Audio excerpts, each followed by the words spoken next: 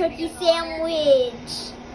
We're going to start with any mayonnaise you want. We use this one because we love this one. On your bread is let's get it open in a snap. Use the mayonnaise on top of your bread. Yeah, just like that.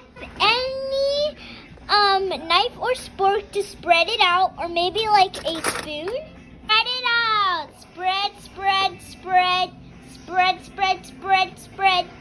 Fast forward.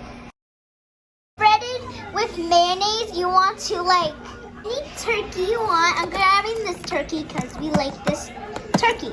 Put it up on the sandwich. Yes, place it on the sandwich.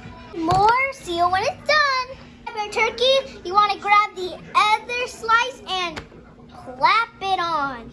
Yeah, just plap it right on. Boom, and you made yourself a turkey sandwich. You made yourself a turkey sandwich. Bye. And this recipe, if anybody wants to use this recipe, you can use it. Peace.